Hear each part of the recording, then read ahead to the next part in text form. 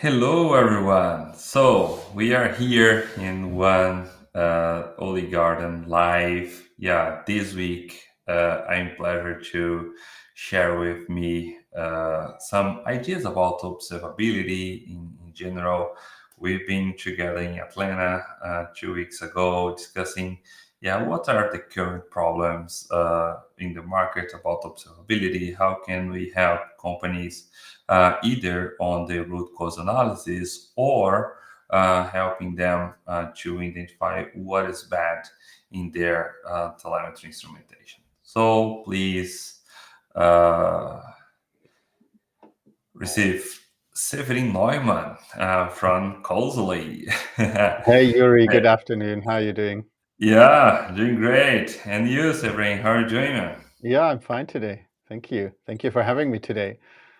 Oh, no problem, no problem. Yeah, please introduce you, what you do at Causally, what you do in the Open Telemetry community. I bet most of our audience is familiar with your work at the Open Telemetry community, but please introduce yourself. Yeah, hi. I'm Severin Neumann, based out of Germany. I'm head of community at Causely.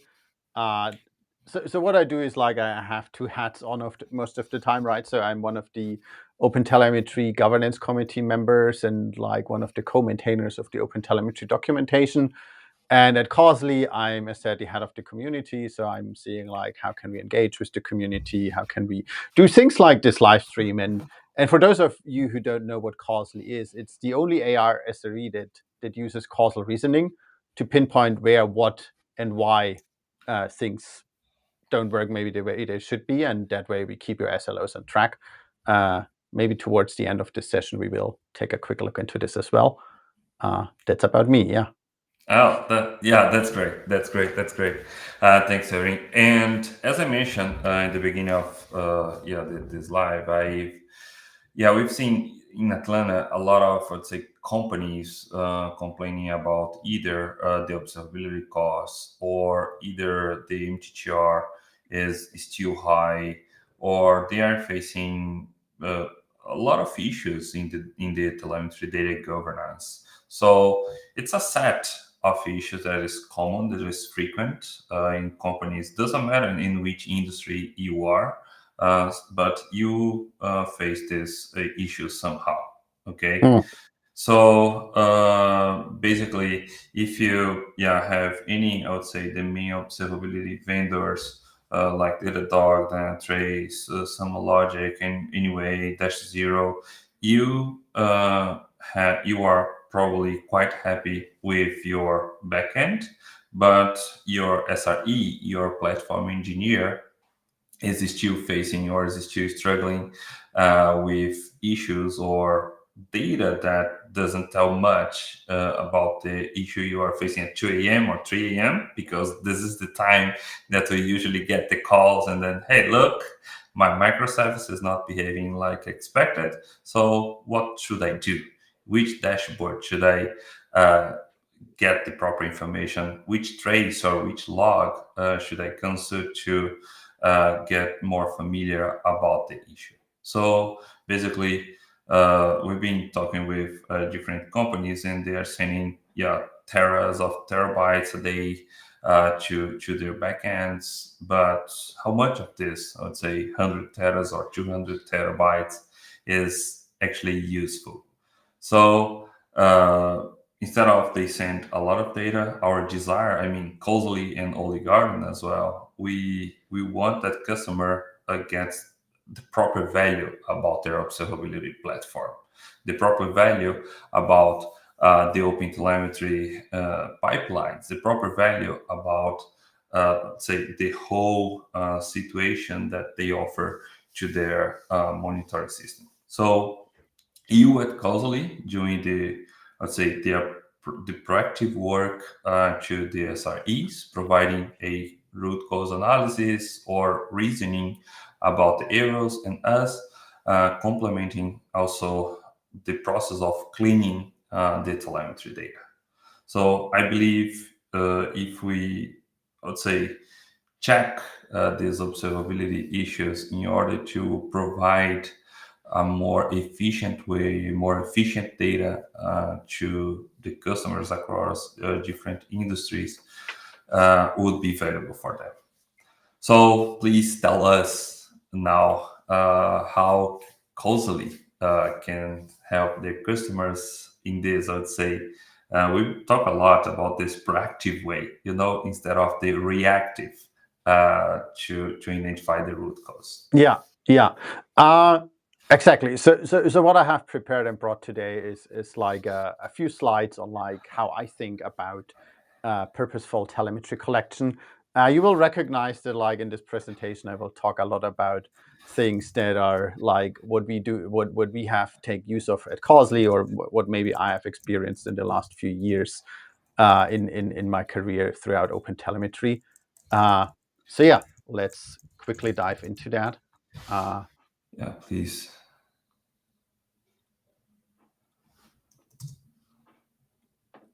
Can I share my screens with you, or? Yeah, you can share your screen. Yeah, but I think you have to put it online Let for me. me just check it out. Just one Yeah, no second. worries. No. It's like just a second.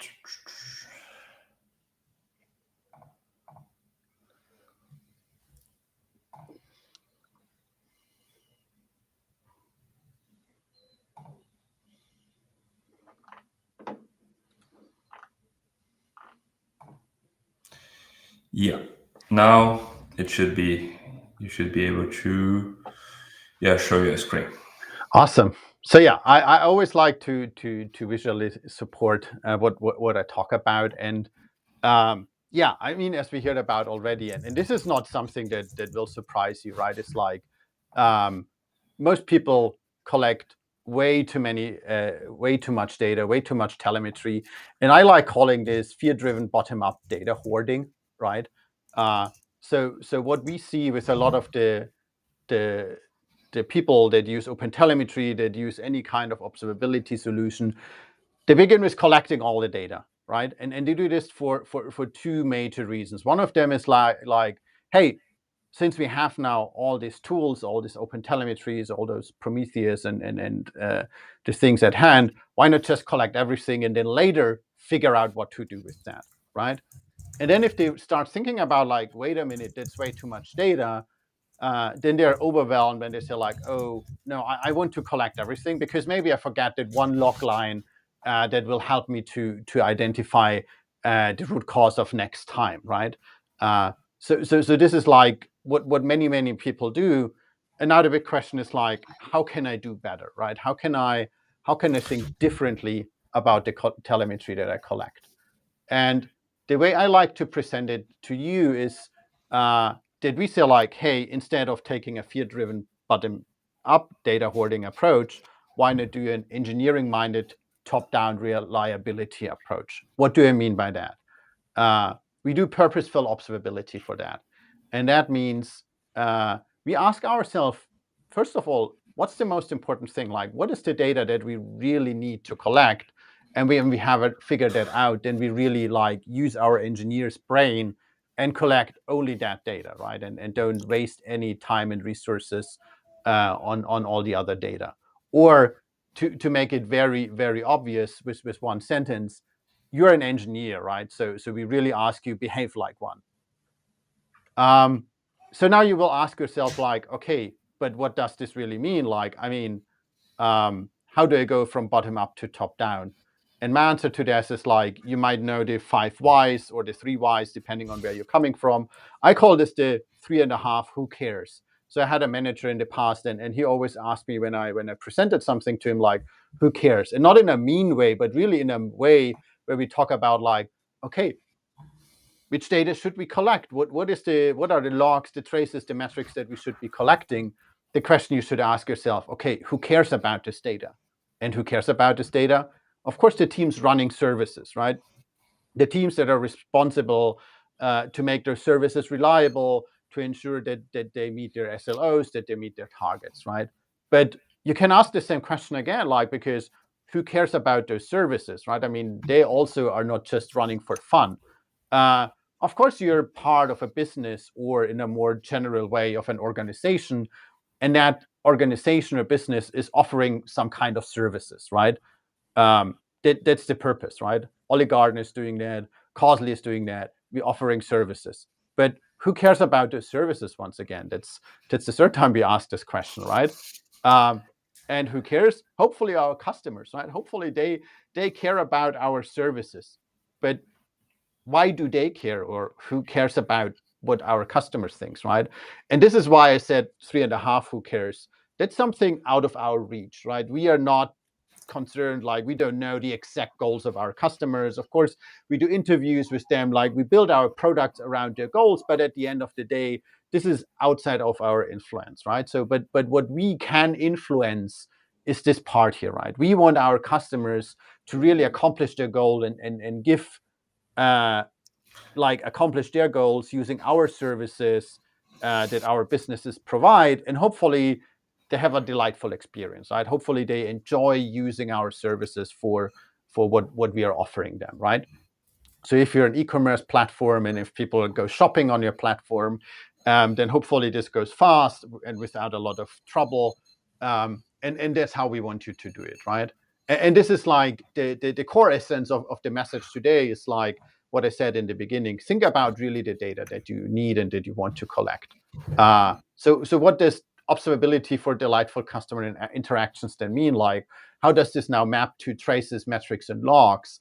The very first thing is like traces. Yeah, track your most critical customer interactions flowing through your systems, right?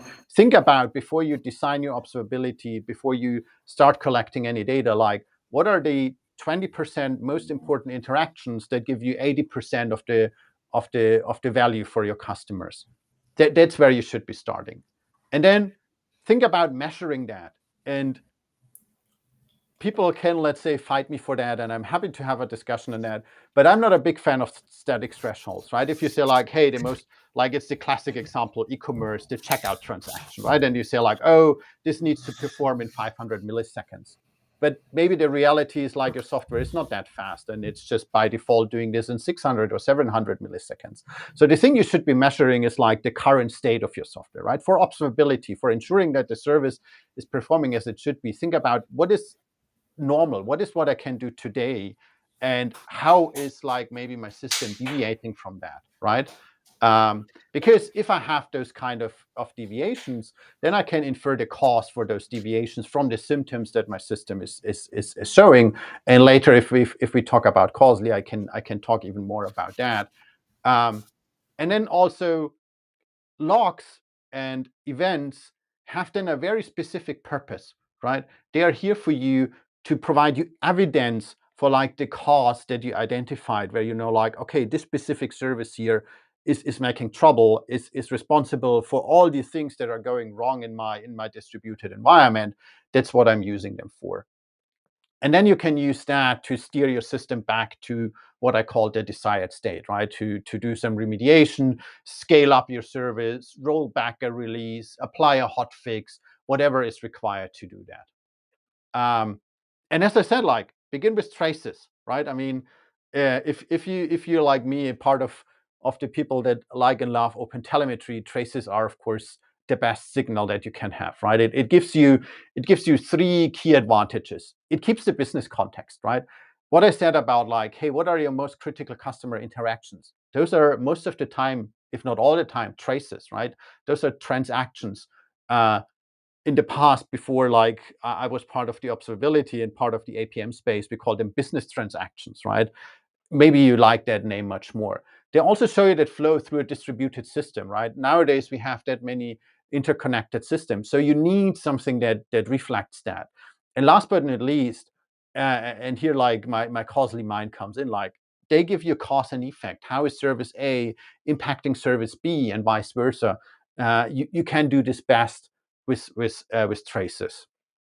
And when you have a system that gives you really good traces, you can do visualizations like the one that we see here at the top, but you can also do visualizations like that one. And this is one of the the thesis already for what you can do with causally is like, hey, if your Postgres SQL is doing something wrong, we can build something what we call a blast radius using those traces, saying like, okay, if Postgres is having a problem, what are now the services around it that have an SLO impact, that are maybe degraded, or maybe some of them are like, yeah, impacted, but not on a problematic level, right? So this really gives you like this idea of like, how are those things really interconnected in the moment of an incident, right? But let's talk also about the other signals, right? I mean, we could stop here and say like, do traces, they will make you very happy. But of course we need metrics, right? Because metrics also, they serve a very, very important purpose from my point of view, and they measure that deviation I mentioned before, right? They measure like, okay, what is your normal state? What's your desired state?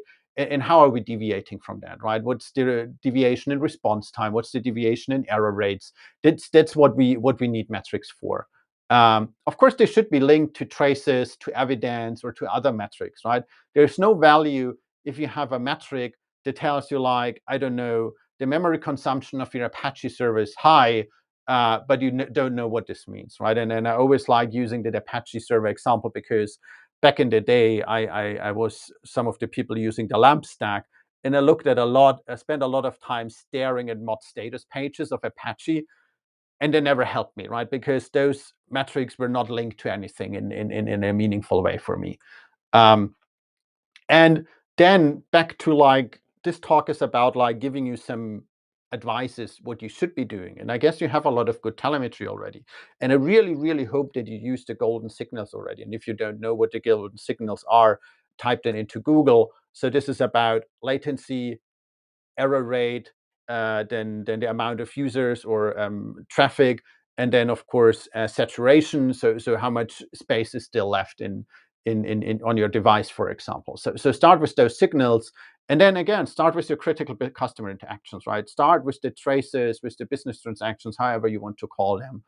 Then with the service boundaries, right? Your interactions are of course built out of sub-elements of that interaction, then the services itself, then you go to the infrastructure, but really do in that order. Because what you want to do at the end, what I said before, like you want to understand like, what is this desired state and where are you sitting, right? And if you have an incident, you're sitting somewhere out here, and now you have to figure out how to go back, right?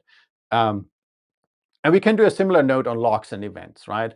And here I'm very clear again. Like from my point of view, in the case of observability, the purpose of logs is that they provide you evidence, right? If you have audit logs, store them wherever you need them, right? There's a lot of reasons to save all the logs that you have, but from my point of view, logs only serve a purpose when you say like, hey, I have something going on in my system. I found the cause, and now I need additional evidence, right? So they need to be linked to traces and metrics. Otherwise, they're also fairly useless. And they should provide additional information. So they should not just say like, hey, error transaction failed. If my trace already gives me that information, that's not really valuable, right? Think about it. So what you really need is something like that, where it says like, hey, this here is linked to my trace, my span I'm looking at right now. Oh, and my DB connection pool is exhausted. So probably I should scale that one up. Sometimes they're not like giving you the exact answer. Maybe you need to do additional digging, but it's already giving me a really, really valuable information. Yeah, that's a said on traces, metrics, logs. Again, use traces for everything. They're awesome. But there's another very important piece of OpenTelemetry you have maybe heard about, what we call semantic conventions. And one thing I start to recognize is like semantic conventions, it sounds very boring and very academic and very something like, yeah, who cares about that, right? But if I would name one thing that stands right beside traces, it's semantic conventions, right? We need good traces, but we also need good semantic conventions, and especially good use of semantic conventions, because semantic conventions give you three really, really important properties. Consistency. So everyone uses the same word the same way, right? Then they give you uniqueness. A name refers to exactly one real thing. And honestly, there's a fourth thing hidden there. But I really hope that you only take traces, logs, and metrics for things that exist for real. But it will happen from time to time that you have metrics, for example, for a container that no longer exists, or you collected the wrong container ID. So this is even something you should ensure. And then last but not least, durability. So your identity doesn't change, right? Every time the system comes up again, the same thing should have the same identity. Let me maybe give you examples for that to make this a little bit more clear. Here, consistency, I think that's the one everybody links to semantic conventions, right? Instead of saying like N for environment or whatever, let's call it deployment environment equals production, right? And that's like what we use across the board, and that was making your dashboards pretty, because like you can rely on that property. Uniqueness is maybe something you think to yourself in this very simple example, nobody would be doing that, right? Nobody would have two services with the same name. But we all know, like in the vast landscape of microservices, this is happening more often than we think, right? So please make sure that like your services have distinct names. And if you have a checkout API, call it that way, and a product API the same way.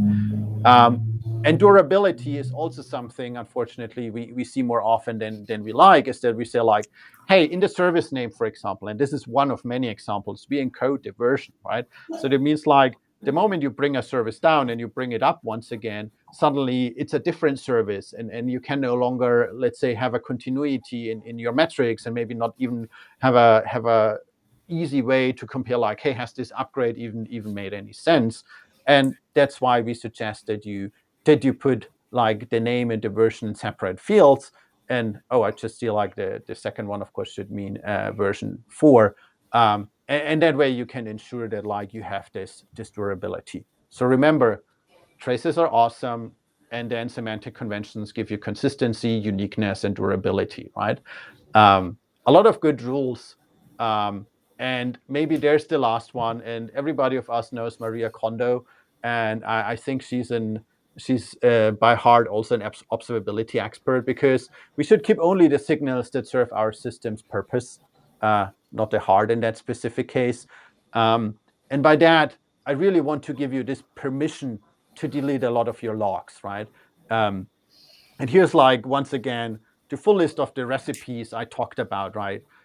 Use traces for your most critical transactions. Use semantic conventions because they give you those 3 cool properties. And then use linked metrics and logs and events. And then think really about like, hey, do I have things that are not linked? Just do not store them. Do I have logs that provide no evidence? Just do not store them, delete them. And then last but not least, also do sampling. And if you don't know what to sample, start with like your normal transactions. What do I mean by that? Like you have a bunch of transactions that are just like not showing any issues. So keep 1 of 1,000, for example, right? And then maybe you have like all those transactions or traces that are related to things that are not customer interactions. Please sample them as well. Yeah, that was my set of instructions for purposeful instrumentation, giving you hopefully an idea how to do a more top-down approach to your observability. And yeah, Yuri, back to you. Oh, it's amazing. Yeah, it's amazing how did you explain to our audience all these very specific aspects for each signal.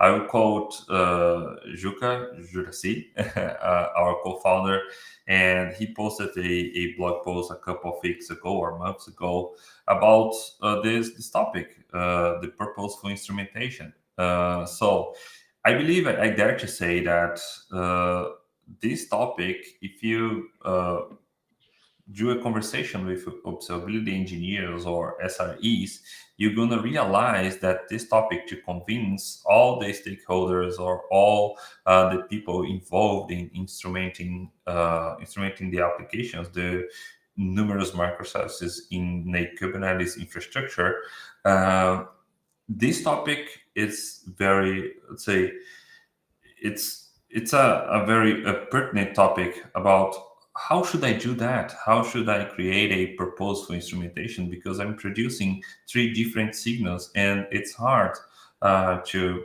explain to the software engineers to produce this log only if this log generates value to your business. It's hard. The question, we have one question, but let's do a Q&A by the end of the live. And now I will jump to our, I would say, OllyGarden demo, because it's very tied with what you just explained. Because if you have traces, and if you are, and the purpose of the traces propagate the context, and you see the whole chain of the request and so on. But in the case that the guy forgot to propagate the request, this trace is still a valid trace. This often spans generates value to your business. I don't believe so. So let me share my screen quickly here. Just 1 second. So I believe you are seeing my screen now, right? Yeah. Okay. So basically, this is how OllyGarden helps our customers to understand what is bad in their telemetry pipeline. So you mentioned, please use the service.name, right, to identify a, let's say, product API or a security API or a catalog API. So the semantic conventions is one thing that sometimes the people who instrumented the service forgets to put on the telemetry. So we have here one case, for example, from the OpenTelemetry demo project, that there is one service without the service.name. So we identify to the customer, please check it out, this service, in order to have a proper instrumentation in place. So we also, let me just refresh here. We also take advantage of some remediation. So basically, if you open this Insights Detail page, you are going to see like the steps that you as a software engineer or observability engineer can fix, like this issue, and so on and so forth. So that case, we have a Redis in the OpenTelemetry demo, which is not transmitting the service.name attribute. So going back to the dashboard here, for example, I have the insights details page. So you have here like the 4 different insights we've discovered for the hotel demo. And you see, like, for example, the discovered resource attribute, right? Sometimes the guys want to produce a lot of telemetry without the purpose of producing that, but not only, I would say, producing more metrics or producing more traces or logs in the telemetry pipeline, but also enriching those signals with unnecessary information. Like, imagine this process command args in one metric. This process command args is I would say, is generating value for your business. I don't believe so, because if you put this metric in one dashboard in your funnel, let's say that, you're gonna filter the command args in a dashboard. I don't think so, right? So we also show upfront the customers the parameters, the attributes that you can remove in order to have a cleaner data. Okay. So another thing, we can also take advantage of our insights is about like offense spends, right? Again, I just mentioned that you show the advantage of propagating the context in the spans, but here someone forgot to propagate the context, or for any reason during the sampling, the offense spans was generated. But if you go to your Jaeger, for example, you are going to see one span without any parent span ID, right? That this is the let's say the reason that we see a often spans. So we do the same way. We provide the proper remediation to the software engineers, and those guys will be able to check like the span ID and the parent span ID in their observability backend, like the trace ID, to see if what is going on, what is the problem about this often spans. Okay, again, you have a lot of different sites, like also the excessive short duration spans you mentioned. Again, I'm repeating and repeating purposeful instrumentation. Why you are generating a lot of spans with the I would say with a short duration less than 5 milliseconds in your trace. You don't need to do that. I assume sometimes you are producing like spans to health checks or yeah, something similar in your microservice. You don't need to do that. So please do a sample or do any strategy to reduce the amount of spans, these short spans you are transmitting them over. Okay. So please check it out. We have also the concept of the instrumentation score. If you if you are curious about the instrumentation score, we have contributions of the most, let's say, observability backends in the market producing the specification about the instrumentation score. If you are trying to measure something, if you're trying to measure your instrumentation quality, in our case, you want to get a number, right? About I would say a point to start to working and in diagnostic to see what is going on, what is the current status of your telemetry pipeline. So the instrumentation score is an open source project which defines all the specifications for each signal. Like you can't have the bug log activated for more than 14 days in your production environment. So you can't answer me back, okay, this is impossible. No, I've seen a lot of production environments with the bug log activated for more than 14 days. Also, orphan spans, a lot of companies use spans to identify the root cause. Traces is a powerful signal. So please take care of this orphan spans. This is also a rule on the instrumentation score. So we provide here like the organization score, which is an average of all the instrumentation score you have for each service in your company. So this is how OllyGarden helps customers, because you are keeping some data to your observability backend, but to identify those issues automatically upfront, like in an easy way. Like if you want to discover those issues only in your backend, I I bet you can do, but you're going to invest a lot of time. And a final question remains, okay, on top of the issues that you are going to discover on your backend, what else is happening? What are the remaining issues that you have for the different signals, for your logs, for your metrics, for your traces? So we tell you upfront. Severin, back to you. Yeah, I'm, let's say, very excited to see something about the causal platform, and please show our audience how that works. yeah, sure. If you can hand me over the screen sharing again, then I can do a quick intro in that. Maybe a last comment on what I said before, right?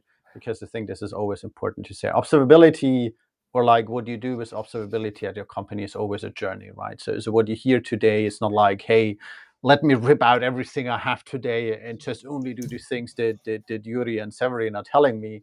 It's more around like, hey, how can I go from that current state to the desired state, also from my observability data, to reuse that image. And the good news is, maybe to start with, like how Causely works is like we use the telemetry that you have today, right? So hopefully, of course, it's OpenTelemetry, but we also pull in your vendor data, let it be Datadog, Dynatrace, and Instana. We also pull from Prometheus, of course. And if you, for example, don't have a lot of OpenTelemetry already, we use the OBI or the Bela by Grafana to really collect a lot of telemetry from your environment, so traces, logs, and metrics. But we are not sending this back directly into your backend yet. We have put something into your environment, what we call a mediator. And the mediator, what it is doing, this is really like the first step of our causal reasoning engine. It's looking at your environment and then saying like, hey, what symptoms am I seeing? And this brings me about the current state and the desired state, right? It looks at all the symptoms that it sees, and it distills the logs, the metrics, and the traces into that kind of information and sends it back to a causal reasoning engine. And there, so to speak, the causal model starts to apply its knowledge and its smartness and really starts to say like, okay, from all the symptoms that I see, what's the most probable cause to explain that? So this is what we do in our backend, and what we present you then in our UI, and I will show this to you in a minute, is really that one cause that explains all the symptoms, right? Where we say like, hey, we see that 10 symptoms here in your environment, those 8 services having performance issues, and those 2 services having errors, and here's the one service that's causing all of that, right? And then, of course, we can send it into all the places that you have. So if you have Slack or Grafana, or you can also, of course, nowadays use an MCP and an agent for that, right? And this is maybe also important to know and to understand at that part. This is not LLM driven, right? This is our causal model. This is a very deterministic approach, because in our experience, LLMs are not really good at giving you causality. They're really, really good at correlation. And if you want to learn more about that, I can also talk about this for another hour. But right now, I would really want to spend a few minutes to show you how causally works and how it does its causal reasoning, right? So this is, let's say, a quick intro in how it works, but let's see how it does that. So, and if you now go into causally into our UI, what you will see here is maybe very different to what you are known to see from many of the solutions that you use today, because what we present you immediately is that list of urgent root causes, how we call them, right? So instead of showing you, like you see it here at the bottom, 63 alerts that would have been triggered by those symptoms, and over 9,000 since we installed the system, we give you this one root cause that is explaining 6 symptoms, right? So we see already, okay, the very critical customer interaction checkout is having an issue. So let's click into that, right? And what we now see here is really a description of that cause, right? So we really describe you in a human language, like, okay, this HTTP path here is a slow execution.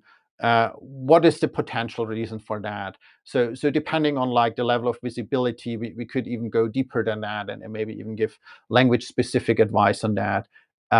And then you also see like, okay, which services are impacted by that, right? Which services that maybe are firing alerts in the alerting system right now have problems that can be explained by that one root cause. And I showed you that before. Like, we also show you this blast radius here with about like, okay, here's the checkout service and all the other services that are impacted by that, right? So this really should help you to go from, hey, I get 65 alerts and have to figure out myself what the root cause is, to one single root cause. And hopefully you can remediate that, and hopefully you're back to normal. But the really good thing now about causally is that, like, this is not only for like your incidents for like, okay, my house is burning. This is also for the situations where you say like, hey, I want to do something before things go south, right? I want to be proactive. I want to be preventive. I want to get a little bit of a prediction, not when the next incident will happen, but what will be the most likely next incident. And what we can do for that is we can go into the root causes. We have our critical here, but we also have a set of what we call non-urgent root causes. And those are the ones that are the things you should take a look at right now before they become a real problem, right? And for example, we can take now here the service malfunction. on the recommendation service. And again, you get a good description of what the problem is. You get a set of services that are impacted by that. And then you also get an advice in the remediation. And in that specific case, it says check logs, right? We have other cases where it here would say like, hey, run this kubectl apply to scale up your service or similar things. But then in that specific case, it says like check your logs. And what I said before, like logs are your evidence, right?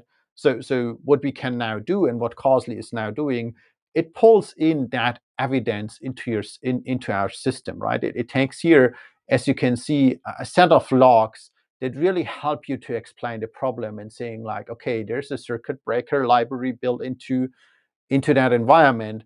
And it's preventing, for example, here a product update, and that seems to trigger a flood of things that are not working as expected, right? So again, what Causely is giving you is this causal reasoning engine that looks at your environment and looks at like, okay, what is the current state? What are the symptoms that I'm seeing right now? And then uses causal reasoning to really turn those symptoms that it has taken out of your logs tracing and metrics into one cause that explains those symptoms. And again, this is not only a root cause for your incidents, this is really also something that you can use very well for being really proactive, for really doing preventive work. That was a really, really quick demo into one of the core features of Causely. If you're curious to hear more, I'm of course also excited to give you more insights into it. But yeah, back to you, Yuri. Yeah, thank you. Thanks, Severin. Yeah, now I believe we can open for questions. We have already a question from Manoj Sardana. So I believe it's for you regarding the first part of the live that you showed. Yeah, like the semantic conventions and also how to correlate like logs and traces and so on and so forth. For a legacy application, changing the log framework or log standard might be really challenging. Is there a ROP on enriching the logs with correlations without making code change? Yeah, sure. This is, of course, now an OpenTelemetry specific question, right? So this is not something like Causely gives you or OllyGarden gives you. So if you're using OpenTelemetry right now, and if you're using a legacy application with a standardized framework, so the classic is, of course, like you have a Java with a log4j or a log back or something like that. OpenTelemetry, when the logs were designed by the community, had this use case, of course, in mind. And what we provide is a bridge API, which is now used to build so-called bridges. And depending on the framework that you use, there is very likely a bridge that you can add into like your application without swapping out your framework and immediately turning your logs into OpenTelemetry logs, right? And if you now, for example, also use at the same time the OpenTelemetry SDK for tracing, then this also will help you with injecting the correlation information, so trace ID, span ID. So yeah, feel free to reach out and point out like the frameworks you're using, and maybe we can help you to find the right tooling for you. Great. And also, right, the OpenTelemetry has a couple of, say, log bridges, and you can take advantage of for sure the concept of the log bridge. But anyway, this is a topic for a different discussion. Yeah, Yeah. maybe a last comment on that to advertise that. If you go into the OpenTelemetry website, if you click on ecosystem, there's something that's a little bit hidden right now, which is called the registry, and you can just type in like the framework that you have, like type in log4j, and hopefully it will show you what you're looking for. So Manoj also asked something else, like, can I connect causally with other external data store or data need to be stored within causally? Can I connect it with OpenSearch for logs, for example? Yeah, So this is what I shared in the beginning. Like what you see here on the left hand side. This is just like only a small part of all the data sources that we can pull from, right? So if we go here and you see like connect telemetry, there's a long list of them. Open source specifically, so we support Elasticsearch, which is very similar to that, and so I'm very sure that we would be able to help you with that. But that's definitely something what we can do. And again, what we then do with the logs in that specific case is really bringing in as evidence for the root cause analysis. Good, sounds great. And now, one question from YouTube, like, what do you think is needed for controlling telemetry sprawl? Since every application is being instrumented, the amount of data being generated is increasing multifold. That's a very broad question, right? So, Yeah, so I think again, like there's a set of things to talk about. I mean, the first thing, like we have, of course, have to distinguish, like, is this an application that you have instrumented yourself, or is this like an application that you brought into environment, like an open source project or like a off the shelf solution, right? For the right ones, so for the ones like that are external, I mean, for the open source projects, you of course have to reach out to the project, or you have to reach out to the vendor and speak with them and encourage them to apply a few best practices.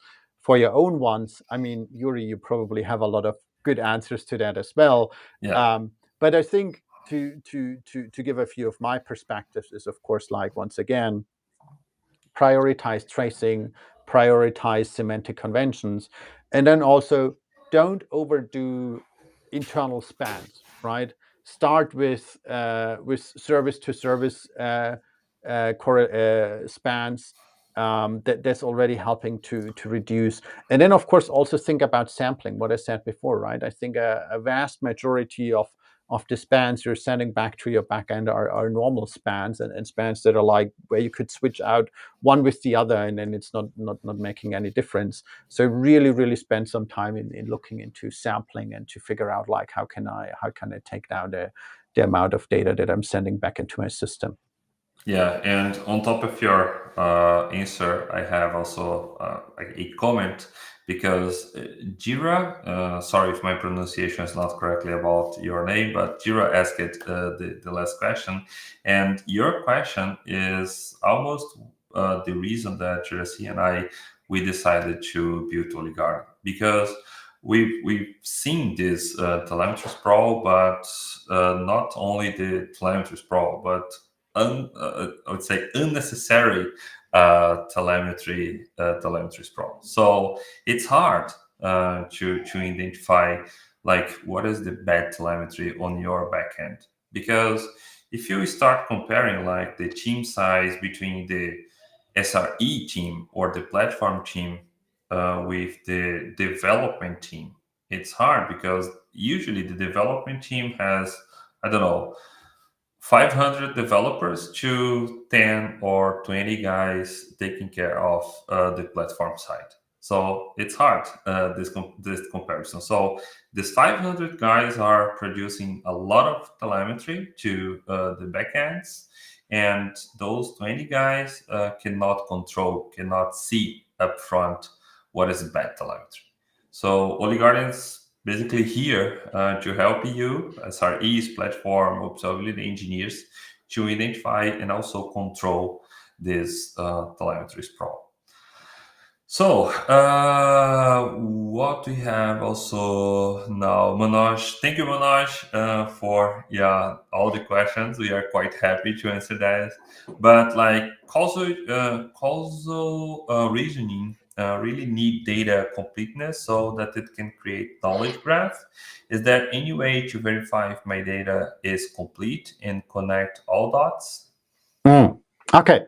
That's a very detailed question, and Yeah, I can, like, give you a high level answer, but Manoj, maybe that's definitely something you can also talk with our engineering team about.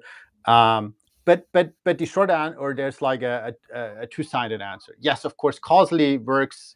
The better your data is, right? The deeper your data is, the better answers we can give you. The one thing why I'm also like so much about traces is because like what we see now with those complex microservice environments is like, of course, a lot of the problems are like sprawling there. So having traces gives you already a lot of insights to really isolate things down to that one service that is creating problems. And one thing that we have seen a lot now is that like, hey, we drill down to that one service and we have a good indication like this one service is the problem here.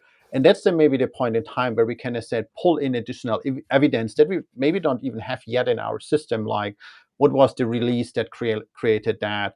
Or we take then an LLM or an MCP server and then really bring things together to do something with that. Like a real example of that, I had the situation with the OpenTelemetry demo in one of the services.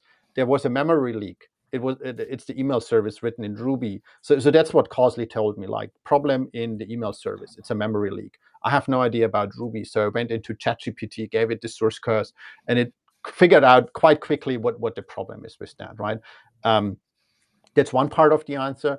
The other part is like I said, like Causely does causal reasoning and builds out this causal model. And this is a probabilistic approach. That means like, even if maybe some information is missing, and even if you have data completeness, I mean, sometimes symptoms don't show up as you expect them to show up. We still can give you like the most likely root cause with a really, really high confidence, even if a certain amount of data is missing. But again, like, we have subject matter experts in our team that can go much, much deeper than I can do. So please reach out and we can definitely follow up on that. But yeah, thank you very much for that question. Yeah, and I believe we have a couple of minutes left, and I would just do the final question, also from Manoj. We are on public cloud, and we use mix of VMs, Kubernetes, and managed services. Can causally do this needful, like a public cloud and mix of different environments? The short answer is yes, probably. The long answer is like, hey, let's have a follow-up conversation with my team on that. We are really eager. Like what we do in our customer engagement is really like we sit down with you and look at the things that you have and make it happen together with you, right? So I'm excited if you're curious to give Causely a try. Okay. Severin again. Yeah, thank you again. Yeah, for the amazing talk, the amazing ideas that you provided to the audience. Yeah, Causely is definitely doing a great job, and as we usually say, we are complementary, right? Because you help Causely, I mean, help customers identify the root cause, but the root cause analysis, right? The process of doing that would be faster, and also, I would say also more accurate if the customers have cleaner data, right? So, and then OllyGarden help the customers doing this, I would say, this cleaning process on this OpenTelemetry, let's say, sprawl, like Jira mentioned here in our chat. Thank you again. Hope you have, let's say, great rest of this week. And please, you know, you are a friend. You are more invited to a second live with us. And thank you everyone that posted something on the chat. Thank you for all the questions, and please stay tuned because we have a lot of updates every week. See you guys. Awesome. Thank you for having me, and talk to you soon. Yeah. Bye bye. Bye bye.